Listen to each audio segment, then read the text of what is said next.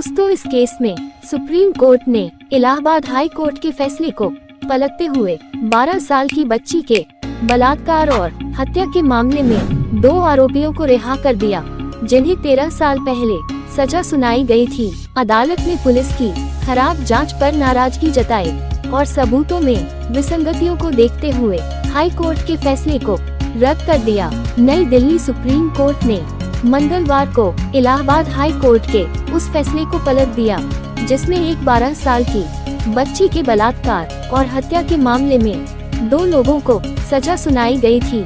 इन दोनों ने 13 साल जेल में बिताए थे। उनमें से एक को मौत की सजा और दूसरे को आजीवन कारावास की सजा सुनाई गई थी। दोस्तों, शीर्ष अदालत ने फैसला सुनाते समय पुलिस को खराब जांच के लिए फटकार लगाई थी। मंगलवार को जस्टिस विक्रम नाथ, संजय करोल और संदीप मेहता की बेंच ने 2018 के इलाहाबाद हाई कोर्ट के आदेश उसको रद्द कर दिया, जिसमें ट्रायल कोर्ट के 2014 फैसले में सुनाई गई सजा को बरकरार रखा गया था। सुप्रीम कोर्ट ने दोनों को तुरंत रिहा करने का आदेश जारी किया है।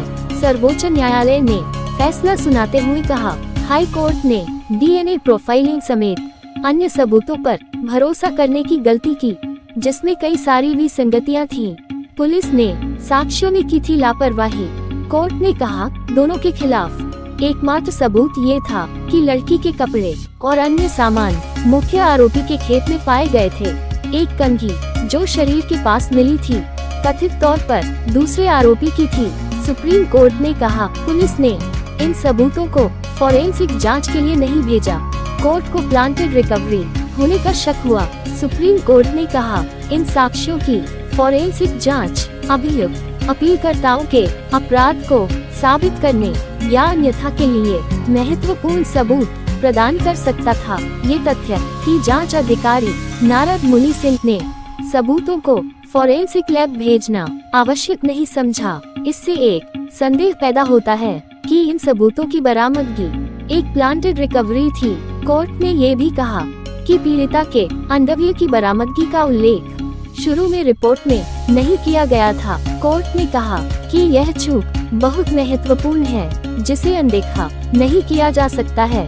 सर्वोच्च न्यायालय ने कहा, ऐसा लगता है कि यह एक प्लांटेड रिकवरी है और जांच अधिकारी द्वारा अभियोजन पक्ष के मामले को सहारा देने के इरादे से बनाया गया है, इसलिए पुलिस की लापरवाही से नहीं मिला बच्ची को न्याय।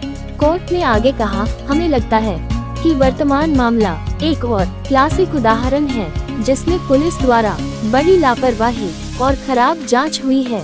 साथ ही लचर ट्रायल प्रक्रिया के कारण एक निर्दोष बच्ची के साथ क्रूर बलात्कार और हत्या का मामला विफल हो गया। इसका मतलब है कि पुलिस ने ठीक से जांच नहीं की और कोर्ट में भी मामला ठीक से नहीं रखा गया, इसलिए एक मासूम बच्ची को इंसाफ नहीं मिल पाया। दोस्तों, ये केस साल 2012 का है, जिसमें उत्तर प्रदेश में एक 12 साल की बच्ची के बलात्कार के बाद हत्या कर दी गई थी।